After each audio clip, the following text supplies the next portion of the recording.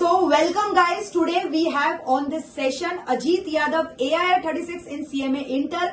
Ajit, please say hi to our viewers. Hello to all of you.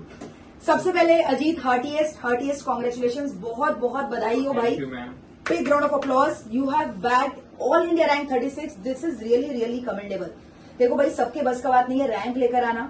जैसे अभी कुछ देर पहले मैं अजीत से जो है क्लास में इसका फेलिसिटेशन कर रही थी, जहां अजीत ने बोला मैम मैंने एक्सपेक्ट नहीं किया था रैंक आएगा, बट ट्रस्ट मी कुछ तो मतलब आपने जादू किया है, मैजिक चलाया है, बहुत मेहनत किया है, and your hard work finally paid of and you have secured all India rank. इतने बच्चे इतने एस्पिरेंट एग्जाम्स देते हैं, उसमें 36 रैंक लाना, hats off to you, commendable.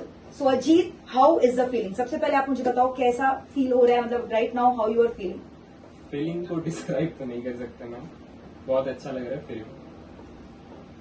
मतलब जब रिजल्ट देखा इंस्टेंट क्या रिएक्शन था? तुरंत मेरिट लिस्ट चेक किया क्या? नहीं, मतलब हमको लग रहा था कि बहुत दूर क्लियर हो सकता है. हाँ. रैंक भी आ सकता है. पास ट्रेंड के हिसाब से मैंने कैलकुलेट किया था 530 मार्क्स अप्रॉक्स बन रहा था, तो मैंने सोचा कि डायरेक्ट रैंक लिस्ट देखता हूँ. बट मैंने सोचा कि ज्यादा एक्साइटेड ना हो, अगर उसमें ना हो तो डिप्रेस हो जाऊंगा, उसके बाद रिजल्ट देखने में मजा नहीं आएगा.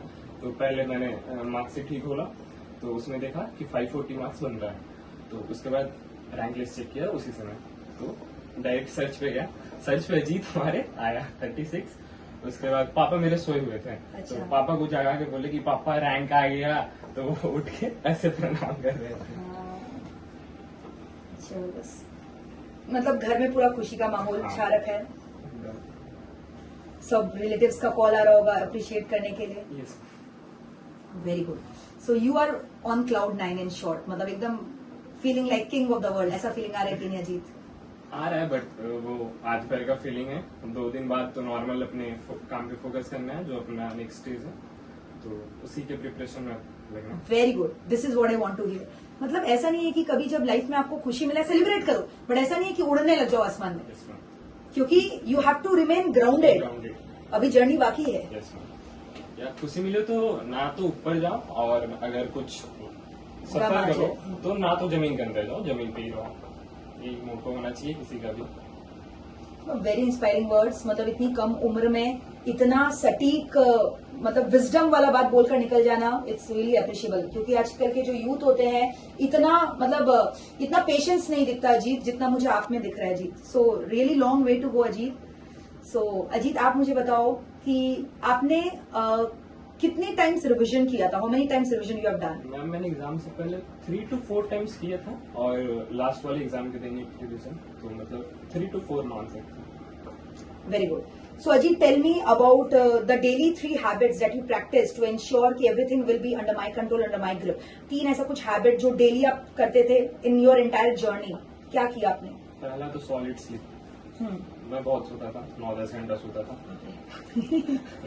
और दूसरा मतलब थोड़ा डाइट अच्छा, और तीसरा कंसिस्टेंसी.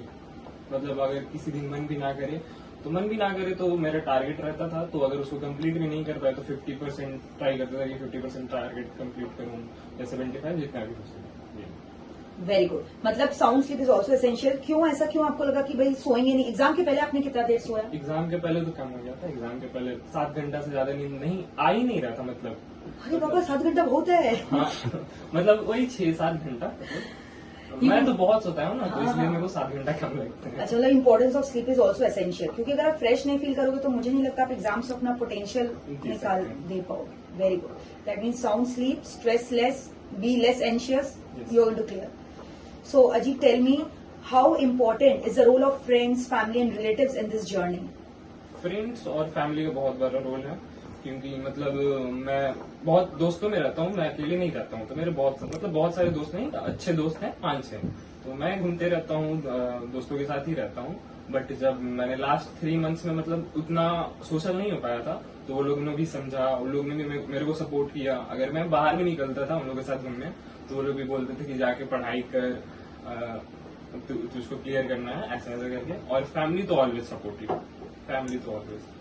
Very good. मतलब ऐसा पॉइंट आता था that you feel very depressed, और मतलब कि यार कहाँ फंस गए, ऐसा कोई पॉइंट, ब्रेकडाउन पॉइंट? ऐसा आया था दिसंबर के, मतलब मैंने सोचा था कि दिसंबर 24 में मैं सिंगल ग्रुप दूंगा, तो उस समय मैं नहीं दे पाया. मतलब उस समय नहीं पढ़ते थे उतना, तो उस समय सिलेबस कंप्लीट नहीं हो पाया था, तो नहीं दे पाया। तो उस समय मेरे को थोड़ा बुरा लगा, तो मैंने 1 जनवरी 2025 को अपने नोट्स में एक ये लिखा था, मतलब खुद के लिए मैनिफेस्टेशन किया था कि मैं जून में बोध ग्रुप दूंगा और ऑल इंडिया रैंक 39 लाऊंगा। और अच्छा। मार्क्स भी लिखा था, तो मैंने मार्क्स करीब लिखा था कुछ 549 करीब, तो मेरे रियल में 540 मार्क्स बने हैं और ऑल इंडिया रैंक 36 आया है। This is the power of manifestation. हाँ, ये मैंने आपसे ही सीखा है। मतलब बच्चे ने मैनिफेस्ट कर लिया था मेरा 39th रैंक आएगा, मार्क्स लिख दिया और वो हुआ पूरा। दिखाऊं मैं नोट्स में अभी भी? नहीं यार, हम भरोसा करते हैं आपके ऊपर, दिखाने का दरकार नहीं है। मतलब इसलिए मैं बच्चों को हमेशा बोलती हूँ पॉजिटिव बोलो, पॉजिटिव सोचो, क्योंकि अगर अच्छी चीजों को सोचोगे उतना नहीं तो उतने आसपास तो लैंड करो। और तो उतना ही आया लगभग। मतलब हर दिन उसको देखते होगे। हर दिन तो नहीं, जब डिप्रेस फील करता था, हाँ। बुरा फील करता था, उस दिन देख लेता था, थोड़ा लाना है, लाना है, जर्नी में आगे बढ़ना है। तो एग्जाम भी अच्छे गया था। तो बट मेरे को था कि बहुत दूर क्लियर हो जाएगा, रैंक भी आ सकता था, बट उतना भी ओवर कॉन्फिडेंट नहीं था कि आएगा ही। हाँ। तो बट जो हुआ अच्छा हुआ। Very good, so proud of you.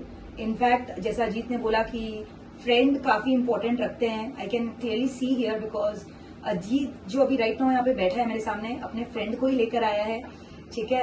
And जो अजीत का फ्रेंड है वो भी सीएमए एस्पिरेंट है, बट मतलब I am really admired by the way his friend is just commending him and supporting him.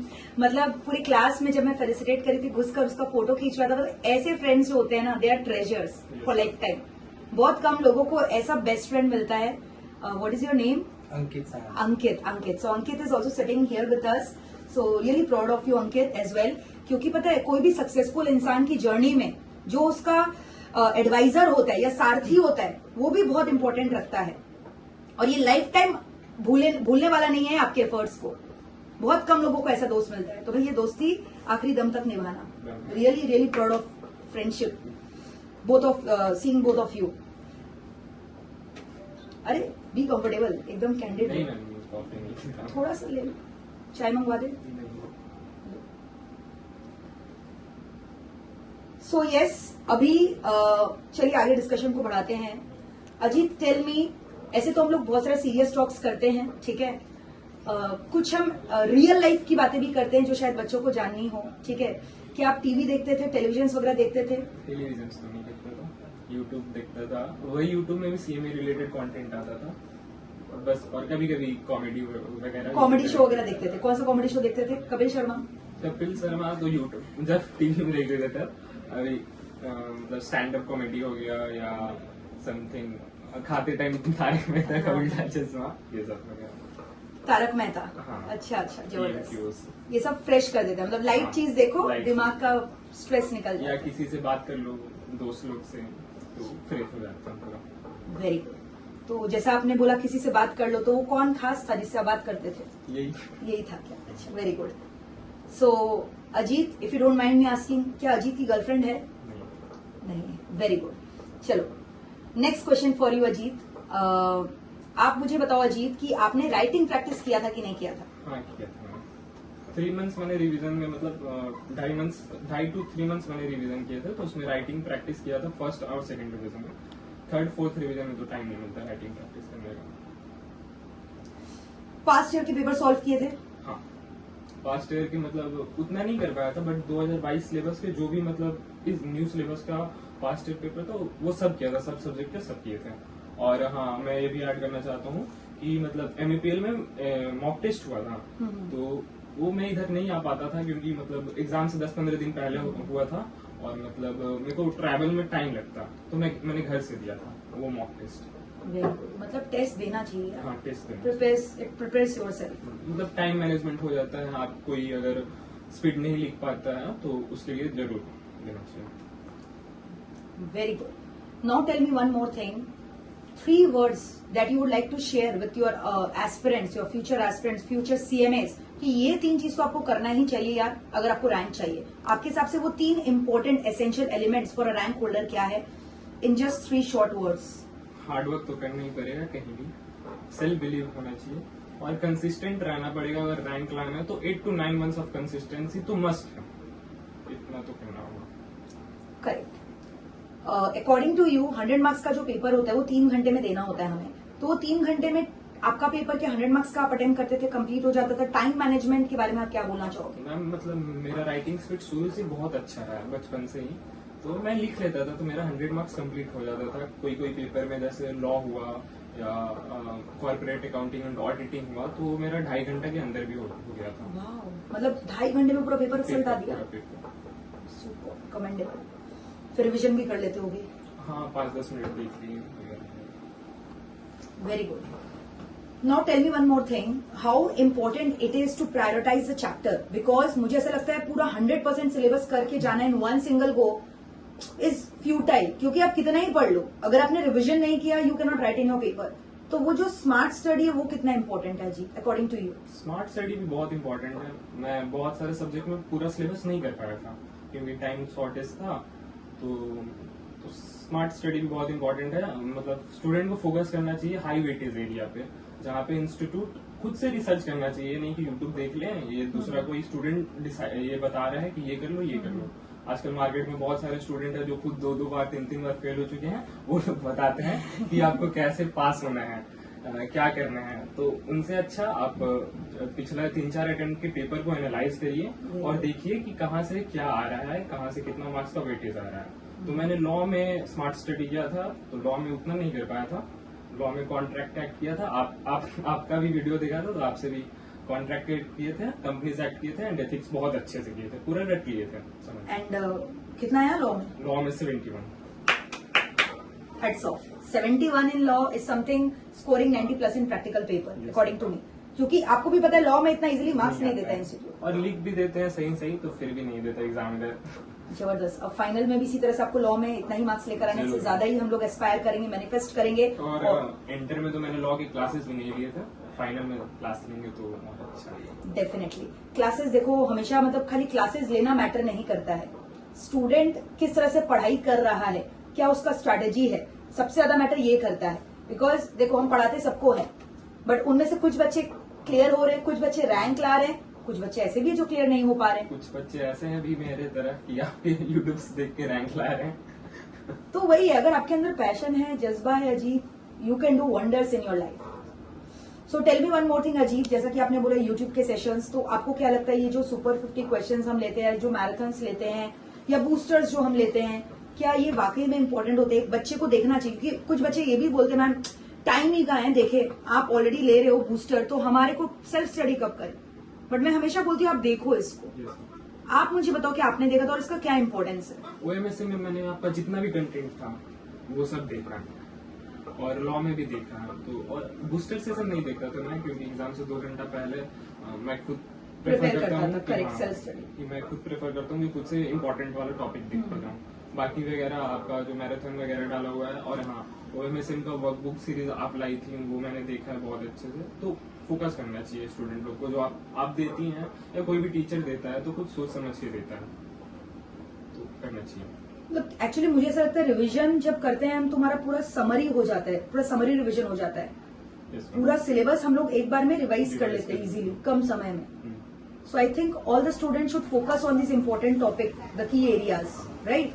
अगर मतलब फर्स्ट रिवीजन कर रहा है कोई स्टूडेंट, तो मैं प्रेफर करूंगा, उसको सजेशन दूंगा कि आप पहले टीचर के जो भी रिवीजन है उसको देखें, उसके बाद खुद से करें, तो कॉन्फिडेंस गेन होगा एंड अच्छे स्कोर कर पाएंगे। Very good Ajit. So Ajit tell me what are your future plans for CMA finals? आप कब एग्जाम देने का सोच रहे हो और अपने इंटर्नशिप के बारे में क्या सोचा है, सब बताओ हमें। तो अभी मैं जून 27 में एग्जाम देने का सोच रहा हूँ सीएमए फाइनल का, और इंटर्नशिप के लिए पीएसयू टारगेट कर रहा हूँ, और अगर नहीं भी मिला तो कोई बात नहीं, अच्छे से पढ़ के फाइनल में सिंगल डिजिट रैंक लाना है, जैसे मैंने कहा। तो उसके बाद जॉब वगैरह। और कोई वैल्यू एडिशन कोर्स आपने इसके संग किया? क्योंकि बहुत सारे बच्चे बोलते हैं सीएमए का ऐसा कोई स्कोप नहीं, आपको क्या लगता है ये मिथ क्या ब्रेक हो चुका है? ब्रेक हो चुका है मैम, आपने ही किया है। सीएमए इनफ डिग्री है, सिंगल डिग्री इनफ है सीएमए। मतलब आप देख सकते हैं कैंपस प्लेसमेंट ही देख सकते हैं, या इंडस्ट्री में अगर आप देख सकते हैं, इनफ है। स्कोप ऑफ वर्क कितना ब्रॉडर है बहुत। क्योंकि अभी भी टू बी वेरी ऑनेस्ट कुछ ऐसे एक आधा लोग होते हैं, मेरे को नहीं पता क्यों करते हैं ऐसा, वो नेगेटिविटी फैलाने में कोई कमी नहीं छोड़ते हैं। और इससे क्या है, जो जेन्युइन बच्चे हैं ना वो अंडर कॉन्फिडेंट हो जाते हैं। तो अब वो जेन्युइन बच्चे जो सीएमए परस्यू कर रहे हैं और ये वीडियोस देखकर कुछ कुछ मिसलीड हो जाते हैं, उनको आपका क्या एडवाइस है? उनको यही एडवाइस है कि दूसरों की बातें ना सुने, खुद का रिसर्च करें। खुद का रिसर्च करिए, आपको पता चलेगा कि क्या आपको करना है और आपका इंटरेस्ट किस फील्ड में है। ये नहीं कि कोई बोल रहा है कि वो डिग्री टॉप है तो वो करिए, ये भी देखिए कि आपका इंटरेस्ट किस फील्ड में है, आपको क्या पढ़ना अच्छा लगता है। उन सबको देख के आपको डिसाइड करना चाहिए। बाकी सीएमए का बोले तो CMA is in hidden gold mine, Mohit sir.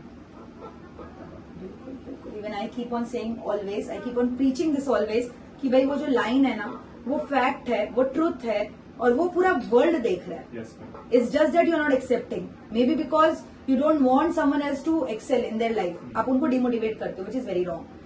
So Ajit, thank you for coming and enlightening us with your so great thoughts. बहुत मजा है आपके संग ये सेशन कंडक्ट करके, ठीक है। एंड उम्मीद रखती हूँ कि दोबारा हम लोग फाइनल में भी इसी तरह मिलेंगे, स्टेज शेयर करेंगे, फेलिसिटेशन होगा। And wish you all the very best for your future endeavour. Thank you for coming, thank you so much. मुझे बुलाने के लिए, फेलिसिटेट करने के लिए, it means a lot to me, क्योंकि मैं उतना अच्छा नहीं था बट आप बिल्कुल अच्छे हो। अभी आपने ही बोला ना कम नहीं समझना चाहिए किसी को। So you are already having all the sparks inside you which made you bring the rank. It's totally pure your efforts. So God bless you. Congratulations. Thank you so much.